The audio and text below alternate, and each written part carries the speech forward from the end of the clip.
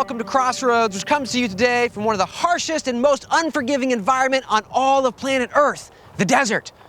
Blazing sun and scorching heat by day, bitter cold and frigid temperatures at night, biting wind pretty much all the time. Oh, and it's full of stuff that could kill you, like scorpions and snakes. I've been told to watch out for the green ones. Apparently they kill you in like 5 minutes or something. Also, there's biting ants. There's some just over there. So why am I here? What's in this box? Why are we in the desert? Well, we're here in the desert because I know you are in the desert. How do I know? Well, I've read your mail, like your actual mail, all your email. I know from the stories you send me that you find yourself in a place of the desert of purpose, where you had dreams, but the dreams have dried up. You had ambitions, but the ambitions have evaporated. All the opportunities are gone. You know, others of you are in a marriage that used to be thriving and incredible. All the joy has just disappeared into the sand. And others of you are apathetic, lonely, bitter. Some of you are just tired of life and all the stuff. We're all in a desert somewhere. The good news, you don't have to stay here. In fact, at Crossroads, we exist to guide you out of the personal desert you find yourself into the adventurous life that God has made you for. Now, to that end, I've invited my 3 friends and fellow teaching pastors, Brian, Chuck, and Allie, out here to join me in the desert. I've asked them to give us the strength to stand, the courage to move, and the endurance to last. Now, outside of those 3 things, they know very little of what's about to happen, like what's inside this box, which should make all this very much fun for us. Here they come right now.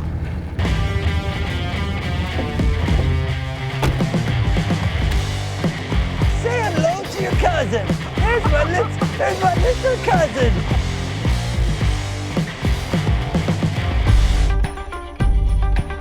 I'm with you, we're a team. Let's get this stuff out. We can do this. We can do this.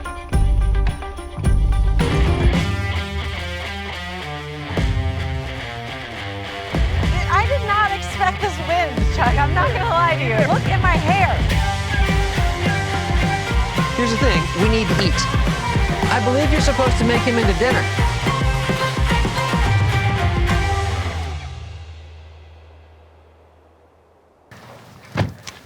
Oh.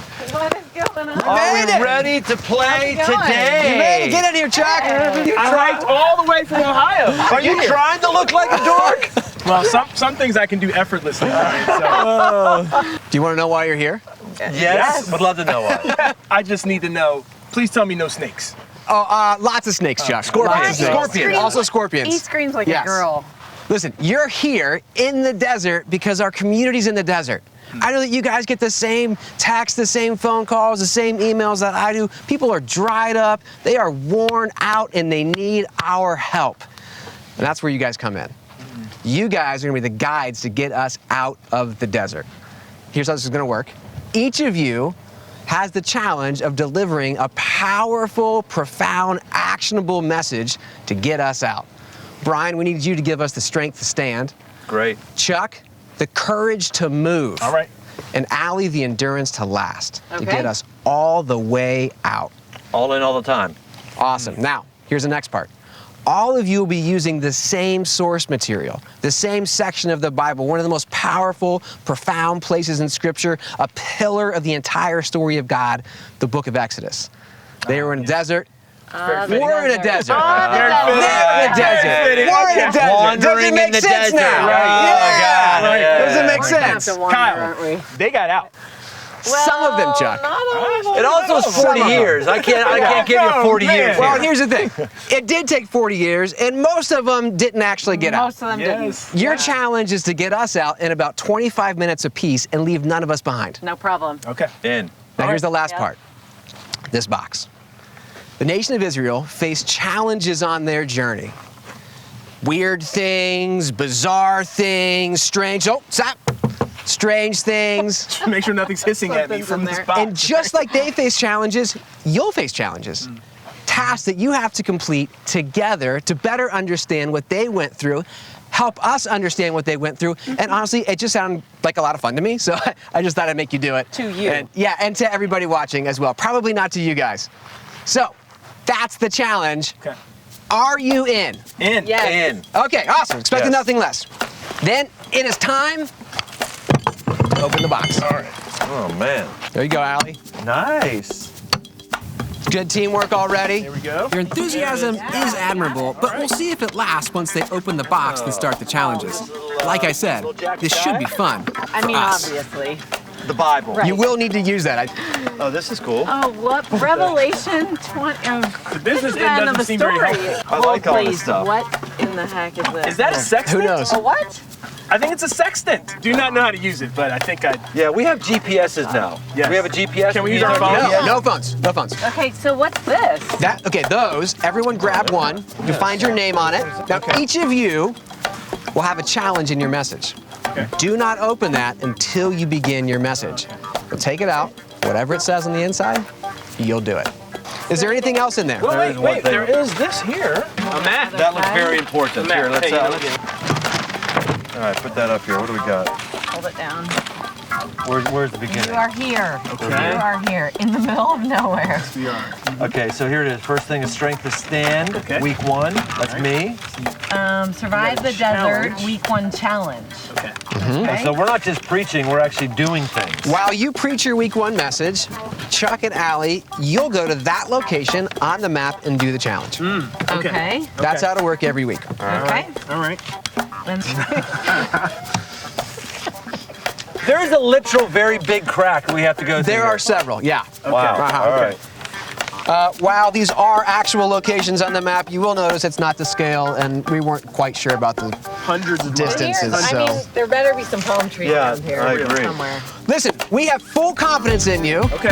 I think it's time to head out. All right. So, Brian, why don't you grab your envelope? Let's go. Head off to your location. Chuck and Allie, head off to find challenge number 1. Where's my location? I don't know. You got the map.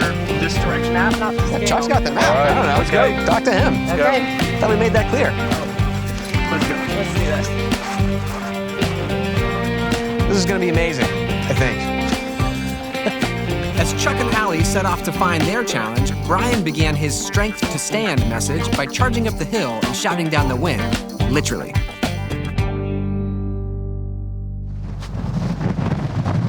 I'm in a wind tunnel right now, and I need the strength to stand.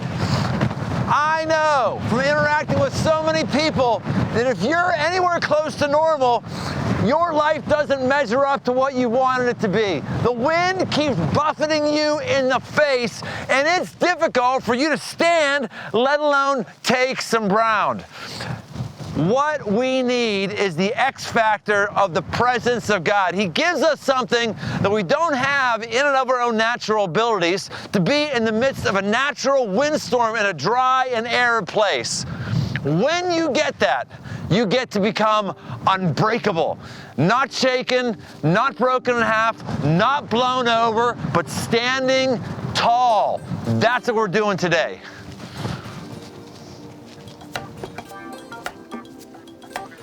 I had the strength to stand up on that ridge with that wind blowing, but my vocal cords didn't have the strength to endure. So now we're down in places a little more serene.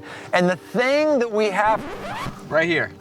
The thing you have to do is work in this challenge, Brian.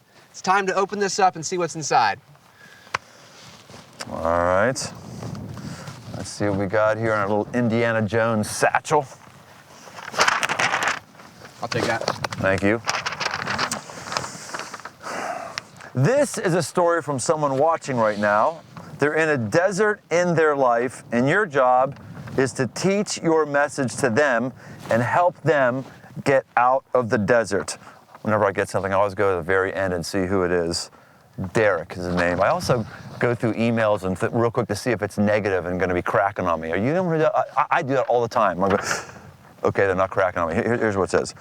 My wife and I have been going through troubles. We both used to be very religious, but over time walked away.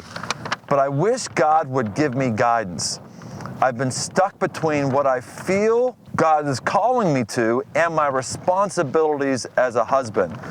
How do I find adventure in the day-to-day? What should I do in my marriage? Derek. Okay, Derek, I got you here. Let me just talk about the religion piece first.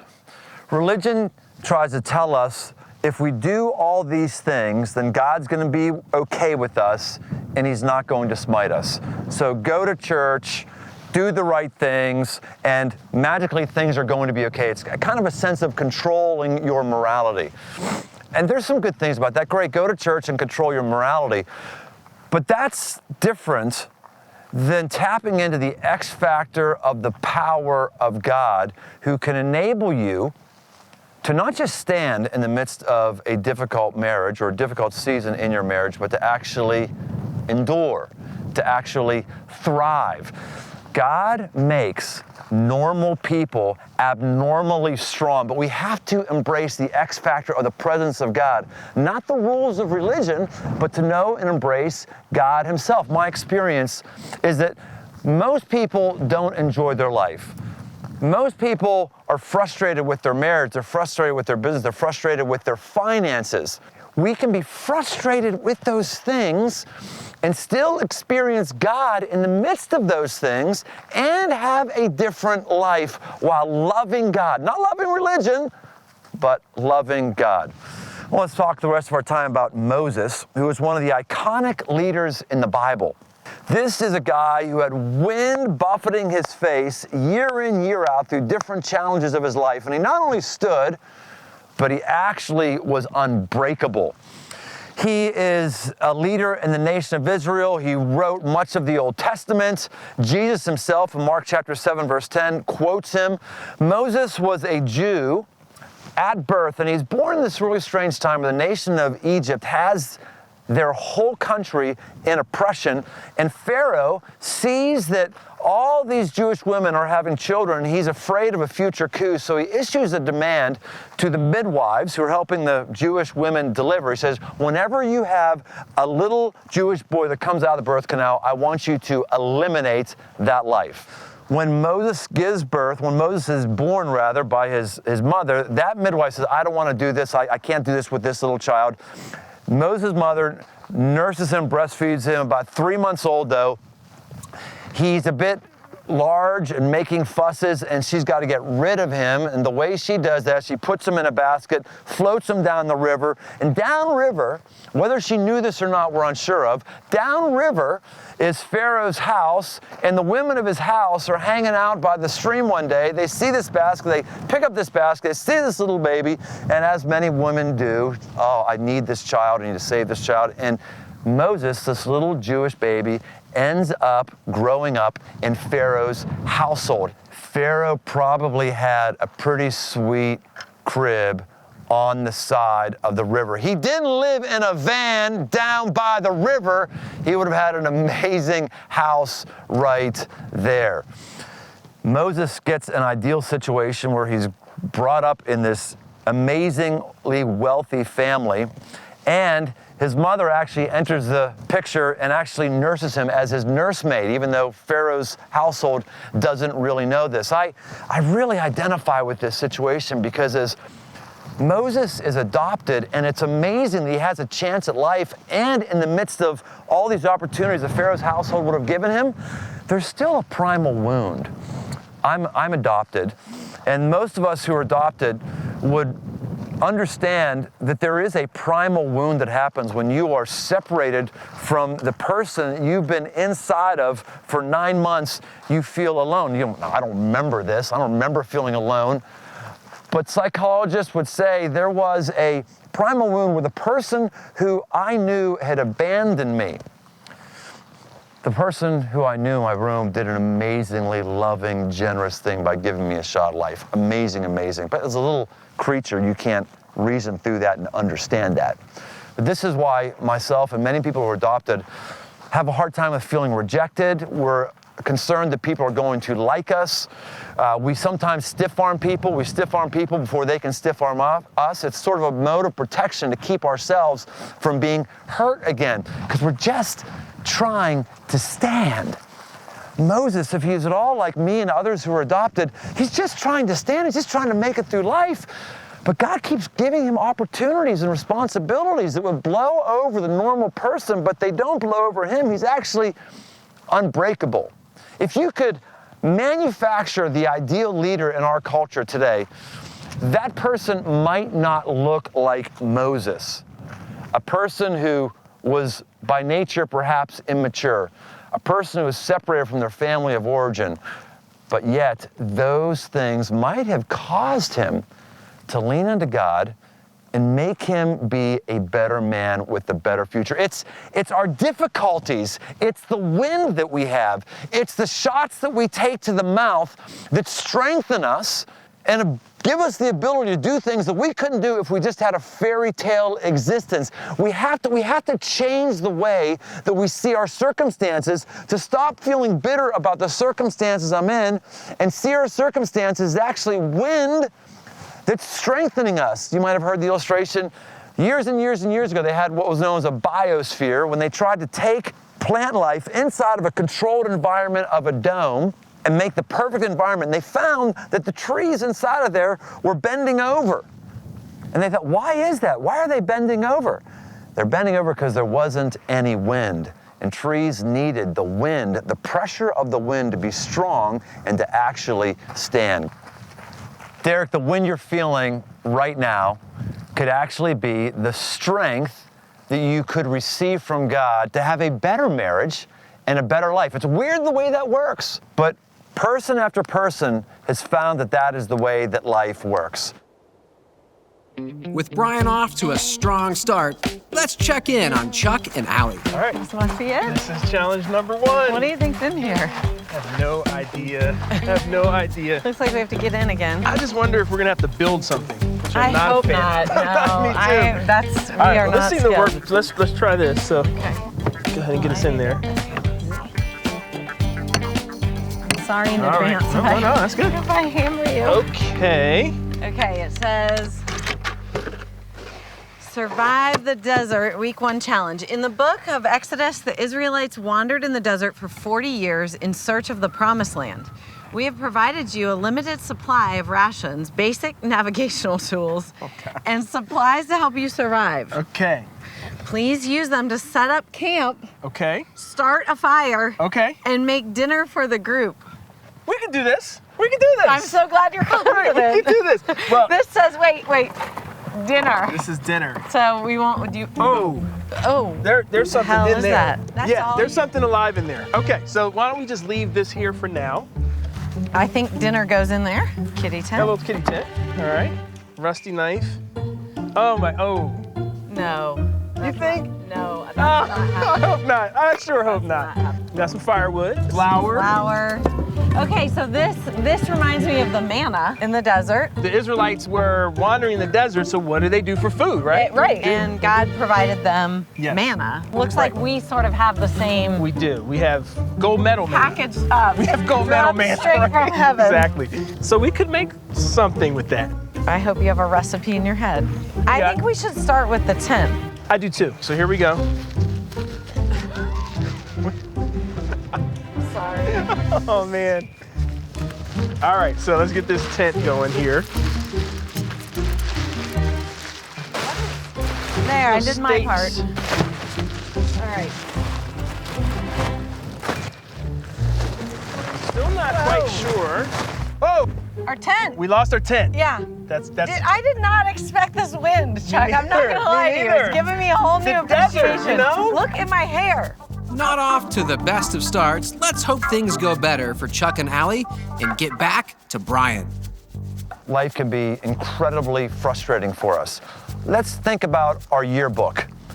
Go way, way back to your high school yearbook, or go way, way back to the Facebook posts of your friends when you were in high school.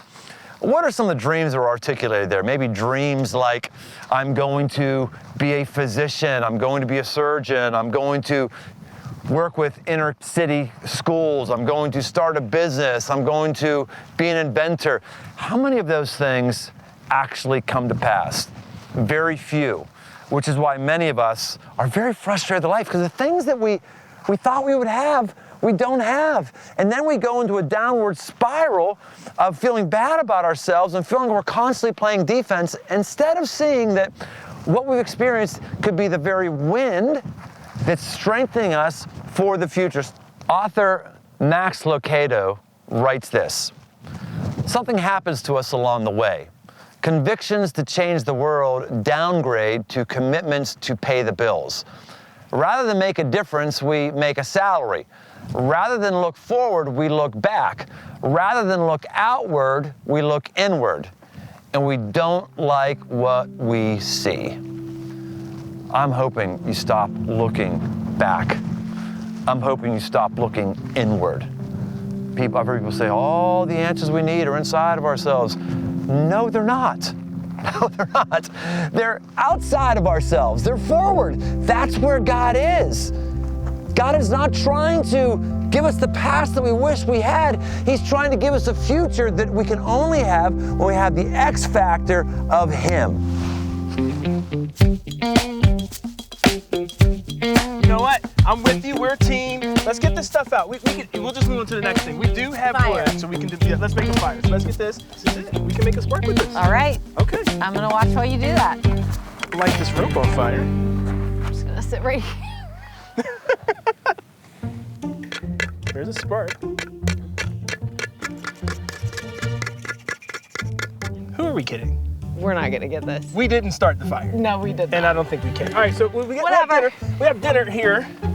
This is concerning to you, I know. I You know, don't hey, really want any part of this. there's a bird in here. You can see it. I just saw an eyeball. Yeah, there's a bird in here. An eyeball. Is there anything else in here? No, just the one bird. I see you. I don't see want to you. hurt it. We're not gonna hurt it. Well, it looks You're like- not hurting this bird. I'm I'm just not. telling you that right now. All right, so here we go. Okay. Bye, birdie. God, quail. Oh, Oh, look at it. That is a quail. bird.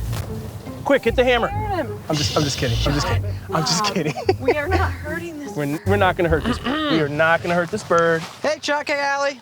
Kyle, How's it Hello, going? Kyle. would you like to meet my new little friend here? Excellent. Does he have a name? Not Let him yet. out, Not let him yet. out. We're not sure. Let him out. Okay. Here, put something on. I believe you're supposed to make him into dinner. Oh no, it's not happening. Okay. Chuck's gonna find some other way to eat. We'll just do bread.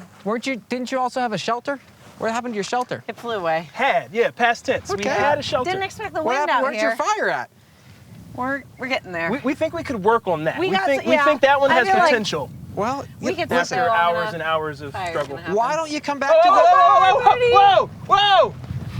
Oh, you guys, Well, I'd probably catch him. where did you get that poor thing? He's I'm gone. kind of mad at you right now. You know what? Maybe try the bread. That's all. Remember, we're helping the Did people. you put the bird in that Remember, box? we're helping the people. I'm not going to confirm or deny that I put the bird in the box. I feel His name very is angry Petey. with you right So now. just, I would so make I'm the supposed bread. to get bread. Uh-huh. If that bird, Here's the thing. We need to eat. So, I know. I understand that God gave the Israelites quail. I do. uh-huh. They were kind of grumbly about it. You remember Just the part, kind of like right? you and Chuck about this whole thing, right? You got it, Chuck. Catch that I'm working quail. on it. Kyle, Yeah. I'm not gonna kill that quail. I know, Allie. It's not gonna happen. I know. I'm working on the manna, but I'm not killing a bird. Seems like you and Chuck are finding this challenge very challenging. Sure hope Brian's doing a little bit better. Let's check back in with him.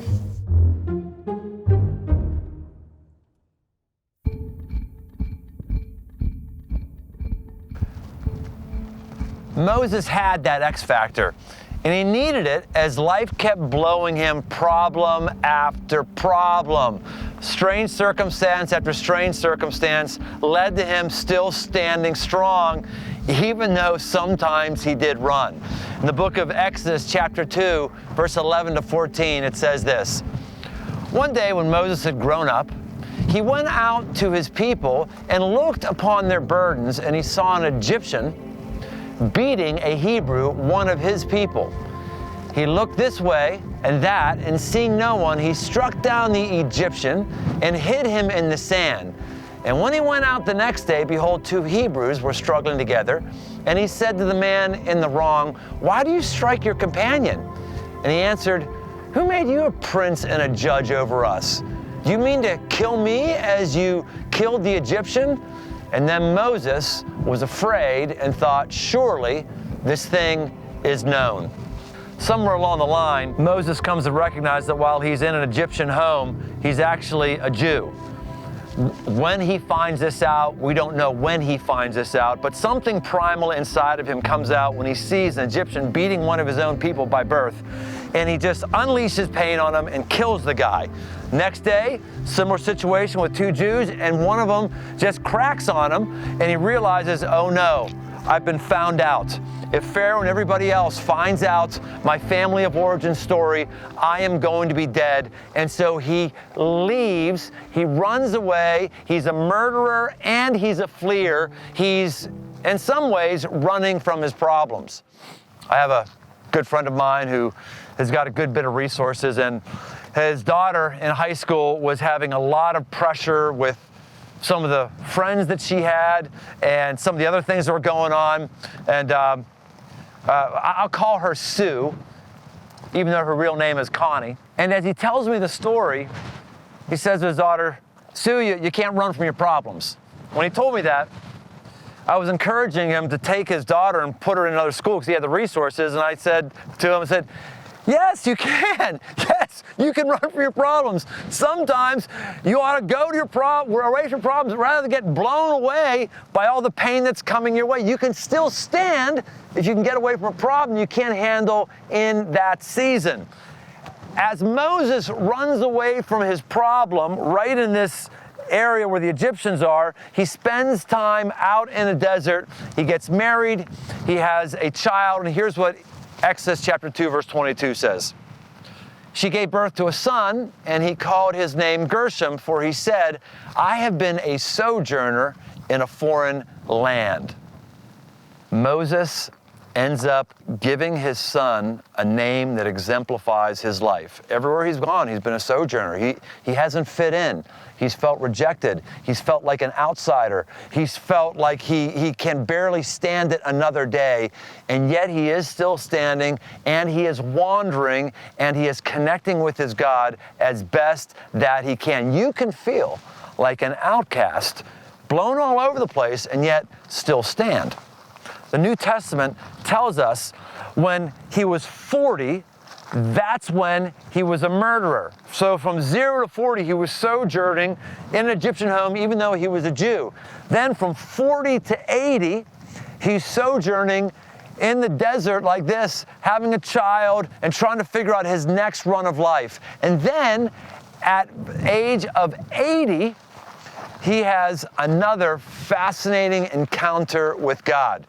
Now, before I tell you about that encounter that he had, I want to make sure that you and I understand that he had problems, he had difficulty, he had wind that was blowing his face, he had all kinds of obstacles he had to overcome. His life was not easy. He would have never, ever, ever scripted his life to be this way. Nobody would. And life is getting late for him, too. It's not like looking back at high school. He's now way later in life, and yet he's still standing. And he's still strong. Before I finish the story on him and give you some things that are going to help your life, I think it's appropriate for us to pause and sing to God. Let's worship together to the song that talks about being strong.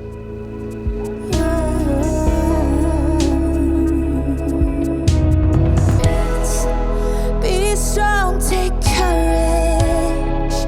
Don't live in fear. Your God's not distant.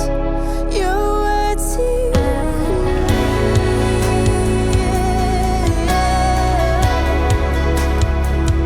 Your words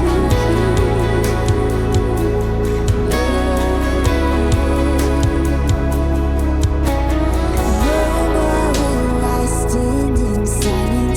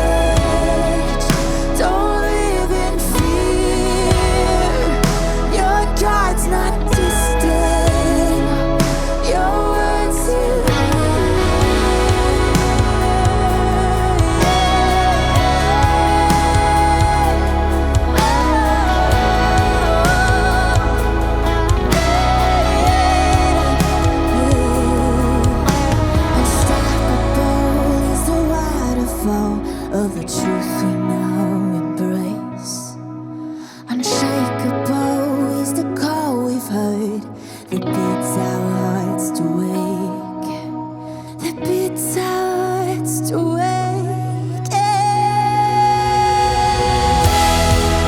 Be strong, take courage, don't live in fear. Your guide's not distant, your words here. Be strong, take courage, is the waves are true. You will not fail, forsake or abandon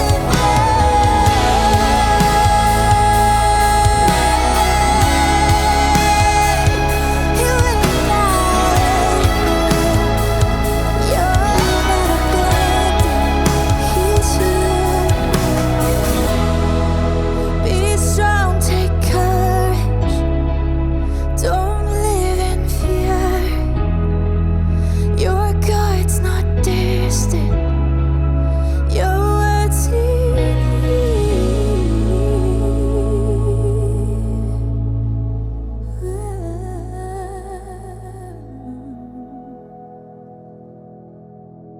Have you noticed that nearly every adventure that God calls someone to, like Moses, starts as a place that they don't want to go?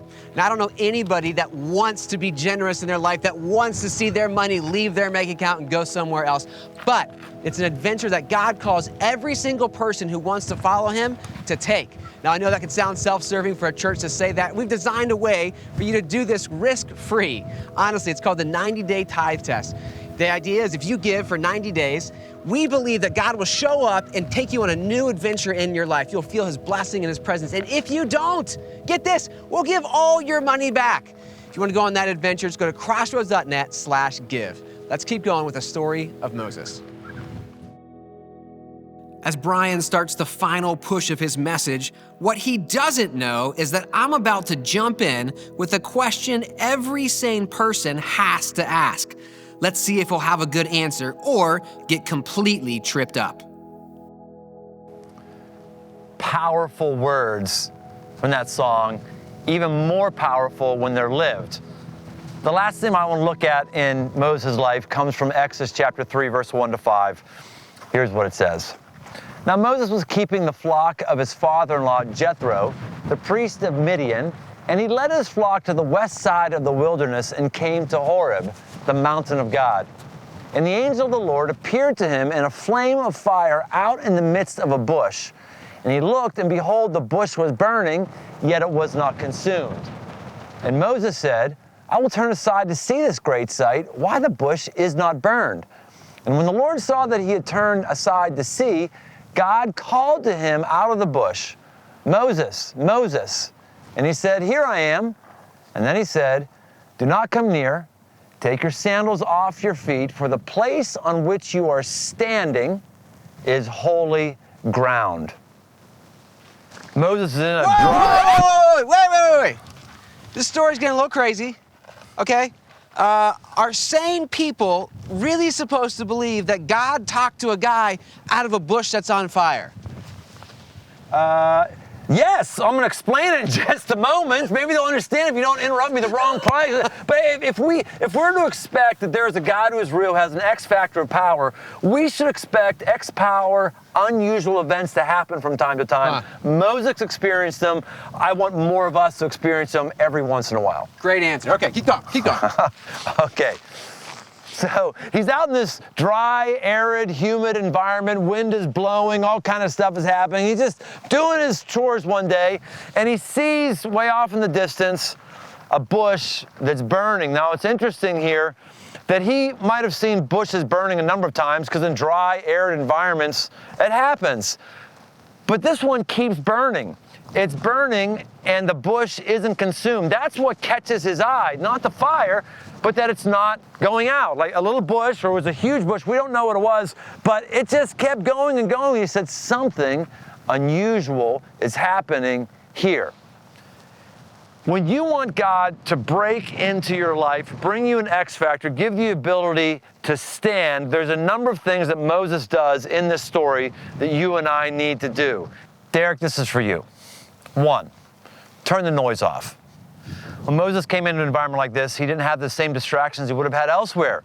He had time to think. He had time to pray. He had time to process. We need to stop being so stimulated in our lives that God can't stimulate us. He can't break through the clutter. We've got to get to places that are calm and quiet to actually hear and sense the presence of God.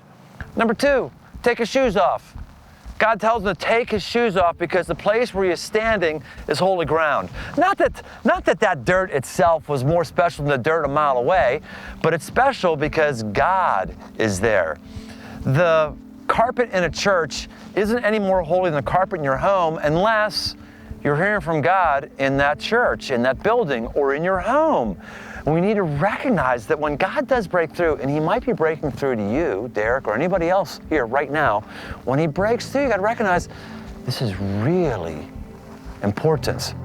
This is a special, sacred moment. Soak in what you're sensing, what you're feeling, and recognize that the calmness that you're having, or the ideas that you're having, or the newfound resilience that you're having is actually the presence and the gift of God. It is the X factor. And number 3, take off on an adventure. Moses doesn't just have a little kumbaya circle with God that's a nice thing to have in your memory book. He is getting equipped and motivated for his next adventure. And adventures are not climbing these mountains, though that may be adventuresome. The adventures that are most important to you are the adventure that Derek has. How do I keep my marriage going? The adventure of how do I live on my meager resources I have right now? The adventure of how do I break chemical addiction? The adventure of how do I break my pornography fixation? The adventure of how do I find the right employer that's going to meet my needs and get me to a new place? These are the adventures that will define your life and where you can encounter God in the midst of those. You might actually have more in common with Moses than you think of. You're never going to write parts of the Bible. You may never encounter a bush that is burning and you've never seen it consumed. But if you've ever felt like you are alone, that you can barely stand, that wind is blowing you down, you and I can be like Moses, and we can have the strength to stand. We can be used in powerful ways, but you have to believe that. You have to believe that you're not just a powerless slave that's blown all over the place, that you're a very child of God and he has a purpose for you. He has dreams for you, and you're not going to know those dreams maybe or the fullness of them for some time in the future, but where you are right now, you can stand. You can stand and you will say, I will be different. I will hear. I will listen. I will notice. And when it's ready, I will go. Isaiah chapter 40, verse 29 says that he gives power to the faint, and to him who has no might, he increases his strength. There is one who can increase your strength even when you feel that you are about to faint. He has done it with Moses. He's done it with me in my life, and he's done it with countless others who are just normal Joes and Joannes who didn't think they could take another punch, and yet they did because of the X factor of the power of God. Stop the excuses. Stop thinking you can't do it. Stop thinking that if only you had this, or if only you could see that, or if only I could be Moses. You're not Moses. You're not going to have this experience. Stop the excuses. Stand where you are. It will pass. And God will use you, and you will sense him in a powerful way if you just stand. Let me pray for you right now. God, I'm thankful that you use normal people like Moses and like Derek, like me and like everybody else who's with us today. God, we need this. And we needed this noise to be turned off and the wind to come down. And we needed to have a clarity about our future. I believe you've given us that today. We're not just going to stand, we're going to walk into it. And I pray these things in your name, Jesus. Amen. Well, we're not going to starve our first night in the desert. What happened to the bread, I'm guys? kind of proud of that. I think so. A little flour. Hey guys, Hey, what are we doing? what's up, man? Well, you know, we lost our shelter. Tip flew Yep, away. yep, Did a shelter? We did, We but did. We got it don't have up, it. but the wind took it. Yep.